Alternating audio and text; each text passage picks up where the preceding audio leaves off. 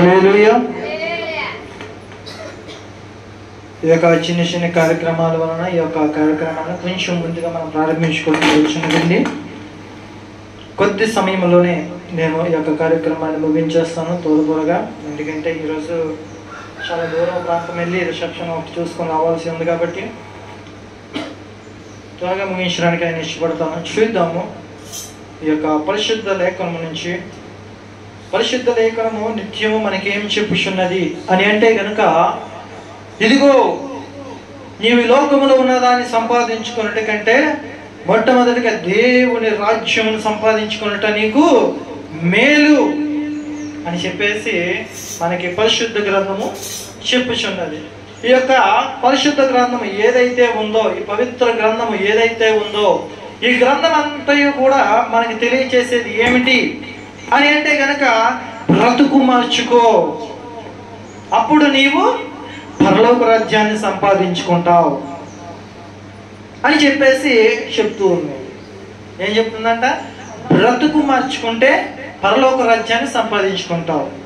పరలోక రాజ్యం అనగా దేవుడు నివసించు రాజ్యము, దేవుడు నిత్యము ఆరాధింపబడు స్థలము. మనందరం ఈ లోకంలోనికి ఎందుకు వచ్చాము అంటే గనక, దేవుని సువార్తను ప్రకటించడానికి మనం ఈ లోకంలోనికి వచ్చి ఉన్నాము. హల్లెలూయా. ప్రకటించి నశించిపోతున్న ఆత్మలను వెతికి రక్షించి నిత్యత్వంలోనికి నడిపించడానికి మనం ఈ లోకంలోనికి వచ్చాము. కానీ లోకంలోనికి వచ్చిన తర్వాత అనేక కారణాల వలన దేవుణ్ణి విడిచిపెట్టి లోకమును మనం అనుసరించి లోకనాథులుగా మనం మారిపోతున్నాము. హల్లెలూయా. అయితే ఈరోజు దేవుడు ప్రకటన చేస్తున్నాడు. ఏమని అంటే, దేవుని రాజ్యాన్ని సంపాదించుకోవాలంటే ఏం చెయ్యాలి అనే విషయాల్ని, 3 విషయాలు నేను త్వరగా చెప్పి ముగిస్తాను. హల్లెలూయా. చూద్దాం. చూడండి, యోహాను సువార్త 3వ అధ్యాయము 3వ వచనములో ఇలా రాయబడి ఉంటుంది. ఏమని అంటే గనక, అందుకు యేసు అతనితో ఇలా అంటున్నాడు. ఎవరంట? యేసుక్రీస్తు ప్రభు వారు అంటున్నాడు ఒకనొక భక్తుడితో. ఏమని అంటున్నాడంటే, ఒకడు క్రొత్తగా జన్మించితేనే గాని అతడు దేవుని రాజ్యమును చూడలేడని నీతో నిశ్చయముగా చెప్పుచున్నాను నేను. హల్లెలూయా. ఎలా జన్మించాలంట? క్రొత్తగా జన్మించాలంట. ఇది నేను మాట్లాడేది కాదు, కానీ దేవుని వాక్యమే స్పష్టంగా మనకి తెలియచేస్తుంది. అంటే దానికి అర్థం ఏమిటి అంటే గనుక, కొత్తగా జన్మించడం అంటే ఏమిటి? మళ్ళీ తల్లి కడుపులోనికి వెళ్ళి మళ్ళీ బయటికి రావడమా ప్రభు అని చెప్పేసి ఆ కింద అడుగుతాడు. అయితే అట్లా కాదు నాయన. కొత్తగా జన్మించడం అంటే ఏదైతే నీ పాత స్థితి ఉన్నదో, ఏదైతే నీ పాత రోత జీవితం ఉన్నదో, దాని అంతటిని విడిచిపెట్టి, అంటే పాపపు స్థితిని విడిచిపెట్టి నూతన స్థితిలోనికి నువ్వు రావడమే కొత్తగా జన్మించడము అని అక్కడ ప్రభు వారు చెప్తారు. అందుకని ఆయన అంటున్నాడు, కొత్తగా జన్మించిందని కానీ దేవుని రాజ్యము చూడలేరు. ఎందుకంటే మొట్టమొదటిగా ఈ లోకంలోనికి ఆదామును పంపించిన తర్వాత ఆదాము ఏమయ్యాడు అంటే గనక, ఈ యొక్క పాపపు స్థితిలోనికి వెళ్ళిపోయాడు ఆదాము. ఆ తర్వాత అక్కడి నుంచి మరలా పరలోక రాజ్యం స్థితిని కోల్పోయాడు. దేవుడు చెప్పినటువంటి మాటను వినక ఆదాము ఏమయ్యాడంటే పాపములోనికి వెళ్ళిపోయాడు. మరి అక్కడి నుంచి మనం చూసుకున్నట్లయితే ఆదిమ పురుషుల నుంచి పాపం అనేది పరిపక్వత చెందుకుంటూ వంశపారాచర్యం కింద వచ్చినట్లు పాపము కూడా పరిపక్వత చెందుకుంటూ వస్తూ ఉంది. అదేంటంటే ఆదాము తప్పు చేస్తే మరి తల్లిదండ్రులు మరి ఇప్పుడున్న మనుషులకి పాపం ఎలా చుట్టుకుంటుంది అని అంటారా? ఇప్పుడు ఉదాహరణకి ఒక కుటుంబంలో ఒక తండ్రి మందు తాగుతున్నాడు అనుకోండి, వాడిని చూస్తే ఆ కొడుకు ఏం చేస్తాడు? ఆటోమేటిక్గా మందు తాగడం మొదలు పెడతాడు. ఇప్పుడు ఒక కుటుంబంలో తల్లిదండ్రులు బూతులు మాట్లాడుతూ ఉన్నారు అనుకోండి, మా నానే మాట్లాడుతున్నాడు కదా, నేను మాట్లాడితే తప్పేంటి అనే ఉద్దేశంతో, అంటే ఇలా పరిపక్వత చెందుకుంటూ వస్తుంది పాపం.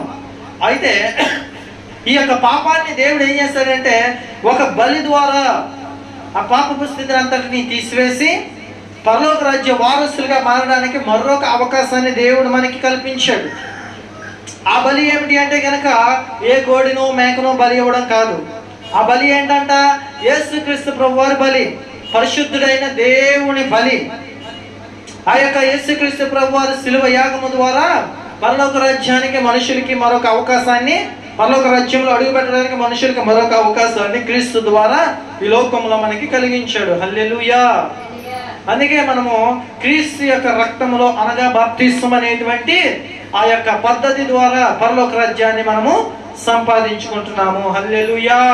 అందుకే ప్రతి క్రైస్తవుడు బాప్తిస్మం తీసుకోవాలి. బాప్తిస్మం అనగా ఏమిటి అంటే కనుక మరణించి మళ్ళీ తిరిగి లేపబడడాన్ని బాప్తిస్మం అంటారు. అంటే నీటిలో ఒకసారి ముంచి మళ్ళా తిరిగి లేపుతారు. ముంచే ముందు తమ తమ పాపములు ఒప్పుకొని ఆ మరణ స్థితిని వారు ఇదిగో నేను పాతవాడిని గతించి ఇదిగో సమస్తము నూతనమగినట్లు నేను ఈ యొక్క బాప్తిస్మము పొందుచున్నాను అని సాక్ష్యము సంఘము ఎదుట, ప్రజల ఎదుట, ఈ పంచభూతముల మధ్యన మనం వాటిని ఒప్పుకొని మనం మారు మనసు కలిగి ఉండడమే మరొక జన్మ. హల్లెలూయా. అయితే అటువంటి జన్మస్థితిని కలిగి ఉంటేనే మనము పరలోక రాజ్యాన్ని సంపాదించుకోగలము. అయితే దీంట్లో మనం పరలోక రాజ్యాన్ని సంపాదించుకోవాలంటే మొట్టమొదటిగా ఏం కలిగి ఉండాలంట? నూతన జన్మను కలిగి ఉండాలి. ఇంకేం కలిగి ఉండాలి నేను చూపిస్తాను. చూడండి, మొదటి యోహాను రాసినటువంటి పత్రిక, యోహాను రాసినటువంటి మొదటి పత్రిక,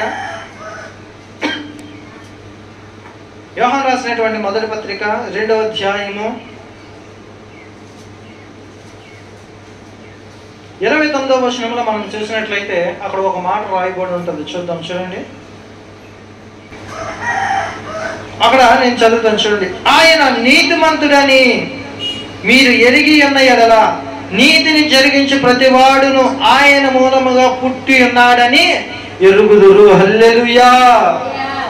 ఇక్కడ నేనేం చెప్పాను అంటే పాపమును విడిచిపెట్టి పాపమును అంగీకరించి మన తప్పులను మనం అంగీకరించుకొని ఇదిగో ఇక నేను అది చేయను అని చెప్పి మనం ఎప్పుడైతే నూతనముగా మరలా జన్మింపబడుచున్నానో ఆ తర్వాత మనం ఏం చేయాలి అని అంటే కనుక ఇక్కడ స్పష్టంగా తెలియచేయబడుతుంది.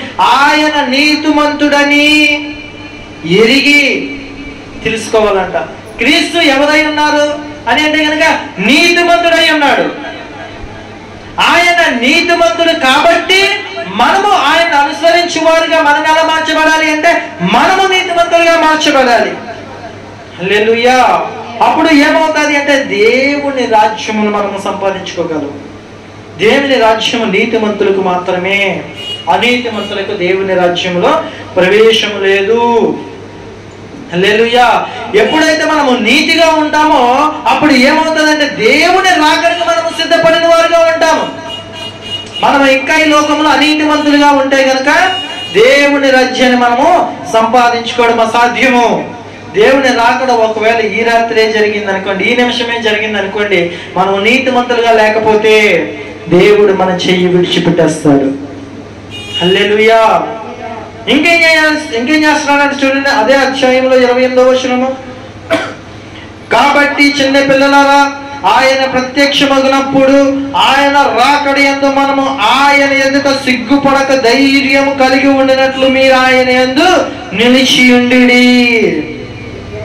ఏమంటున్నాడంట? మనము ఆయన యందు సిగ్గుపడేవారుగా ఉండకూడదంట. దేవుడు వచ్చి వరే నాయన ఈ బ్రతుకు ఒకసారి చూపించాలని అంటే కనుక చేసిన మోసాలు, చేసిన అక్రమములు, చేసినటువంటి ఆ దొంగతన స్థితులు ఇవన్నీ కూడా అంటే మనుషుల మీద అసూయ పెంచుకోవడము, ఒకరు కోపాలు పెంచుకోవడము, ఒకరికొకరు ద్వేషాలు పెంచుకోవడము, ఇవన్నీ చిట్టా ఇప్పాడు అనుకోండి, అప్పుడు దేవుడు ఏమంటాడంటే నువ్వు నా కుమారుడివి కాదు.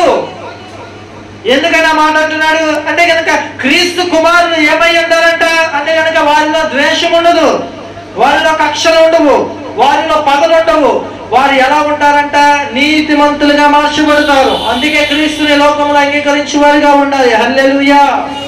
అయితే అలా మనము ఉండగలిగితే, ఇప్పుడు మనము బైబిల్ గ్రంథంలో చూసినట్లయితే దావీదు అనేటువంటి ఒక వ్యక్తి ఉంటాడు. ఆయన పరిపాలించేటువంటి రాజు సౌలు అనేటువంటి ఒక వ్యక్తి ఉంటాడు. ఈ సౌలు ఎవరు అంటే కనుక ఆ దేశాన్ని అంతటిని పరిపాలించేటువంటి గొప్ప రాజు. అయితే దావీదు ఎవరు అంటే కనుక రాజ్యములో ఒక చిన్న ఒక ప్రజ అనమాట. అతను ఒక ప్రజల్లో ఒక ఆయన.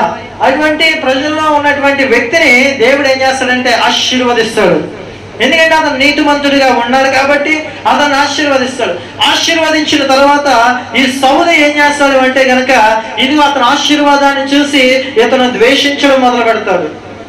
అతన్ని హెచ్చించే స్థితిని చూసి ఈ యొక్క సౌలు ఏమవుతాడంటే తనకి తను ఆ గర్వం తనని నాశనం చేసే విధముగా తను ఏం చేస్తుంటాడంటే తనని ఏదో ఒకటి చేయాలి, తనని చంపేయడం అన్న చేయాలి, తనని ఏదో ఒక విధంగా నాశనం చేయాలి అనేటువంటి ఉద్దేశంతో ఈ సౌలు ఏం చేసేవాడంటే తన మీద కుట్రలు పడినేవాడు. కానీ దేవుడు ఆశీర్వదించిన తర్వాత ఆశీర్వాదం ఆగుతుందంటారా? ఆగదు. కానీ ఈ సౌలు అనేటువంటి వ్యక్తి ఏమయ్యాడు అంటే తన కత్తి చేత తనే చంపబడ్డాడు. హల్లెలూయా.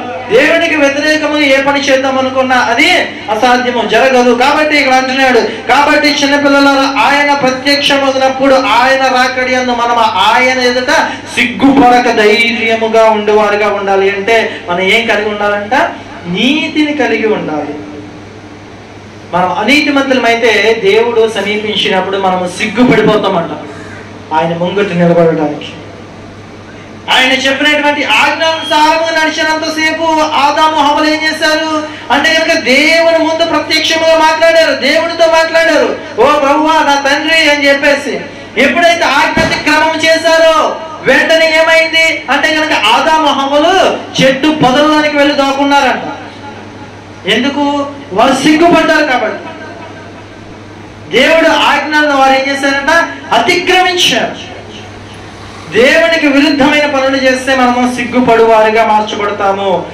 అదే దేవుని నీతిని మనము నెరవేర్చేవారిగా ఉంటే కనుక అప్పుడు ఏమవుతామంట అంటే కనుక దేవుని ముందు మనము ధైర్యముగా నిలబడి వారుగా ఉంటాము. హల్లెలూయా. దేవుడు రాకడ సమీపించినప్పుడు దేవుని ముంగిట మనం ఎలా ఉంటామంట? ధైర్యం కలిగిన పిల్లల వలె ఉంటాము. హల్లెలూయా.